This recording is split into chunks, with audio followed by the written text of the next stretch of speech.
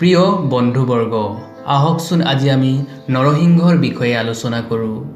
ভিডিঅ'টি আৰম্ভ কৰাৰ আগতে এটি অনুৰোধ, দৈনিক নিত্য নতুন এনেধৰণৰ স্বাস্থ্য সম্পৰ্কীয় আপডেট পাবলৈ মোৰ এই চেনেলটি লাইক কৰক, শ্বেয়াৰ কৰক আৰু ছাবস্ক্ৰাইব কৰক।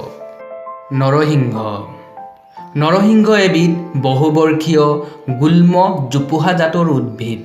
দেখাত সৰু আকৃতিৰ অত্যন্ত লাগতিয়াল এই ঔষধি গছজোপাৰ ভূমিকা মানৱ জীৱনত অপৰিসীম। কৈ থওঁ, ঠাই বিশেষে এই নৰসিংহৰ নামো কিন্তু ভিন্ন হয়। সুগন্ধিযুক্ত আৰু সুস্বাদু হোৱাৰ বাবে ৰন্ধন প্ৰণালীত ইয়াক ব্যৱহাৰ কৰা হয়।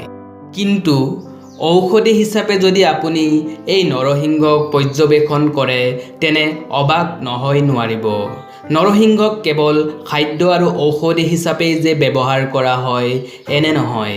ইয়াক চাবোন, তেল, মাছাজ অইল, পাৰফিউম আৰু বিভিন্ন কীট-পতংগ নাশক স্প্ৰে প্ৰস্তুত কৰা প্ৰণালীতো ব্যৱহাৰ কৰা হয়।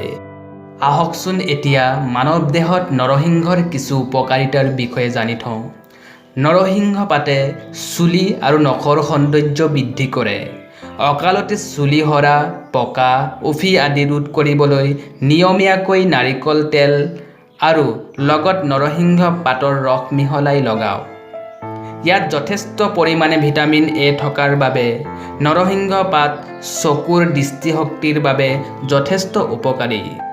নৰসিংহ পাতৰ ৰসৰ লগত নিমখ মিহলাই কুলকুলি কৰিলে মুখৰ দুৰ্গন্ধ নোহোৱা হয় আৰু পায়ৰিয়া ৰোধ হয়।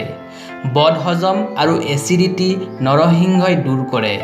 লিভাৰক সুৰক্ষা প্ৰদান কৰে আৰু চিৰচিছ, জণ্ডিছ আদি বেমাৰ ৰোধ কৰে। নৰসিংহ পাতত যথেষ্ট লৌহ পদাৰ্থ থাকে বাবে ই ৰক্তহীনতা মানে এনিমিয়া ৰোধ কৰে। ইয়াত কেলছিয়ামো যথেষ্ট পৰিমাণে থাকে, ফলত হাড়ৰ বাবে ই বৰ উপকাৰী। ডায়েবেটিছ ৰোগীয়ে নিয়মীয়াকৈ খালী পেটত দৈনিক নৰসিংহ পাত খোৱা উচিত, কিয়নো এই পাতে মানৱ দেহত পেনক্ৰিয়াছৰ পৰা নিৰ্গত হোৱা ইনচুলিনৰ সক্ৰিয়তা বঢ়ায়, ফলত ডায়েবেটিছ নিয়ন্ত্ৰণত থাকে। স্কিনৰ ক্ষেত্ৰতো কটা ছিঙা, পোকে কামোৰা বা কেতিয়াবা জুয়ে পুৰিলে নৰসিংহ পাত বটি লগালে উপশম পোৱা যায়।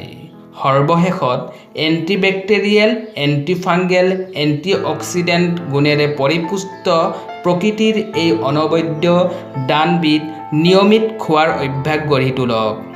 সুস্থ থাকক আৰু মোৰ এই চেনেলটি দৈনিক এনেধৰণৰ নিত্য নতুন স্বাস্থ্য সম্পৰ্কীয় আপডেট পাবলৈ ছাবস্ক্ৰাইব কৰক। ধন্যবাদ।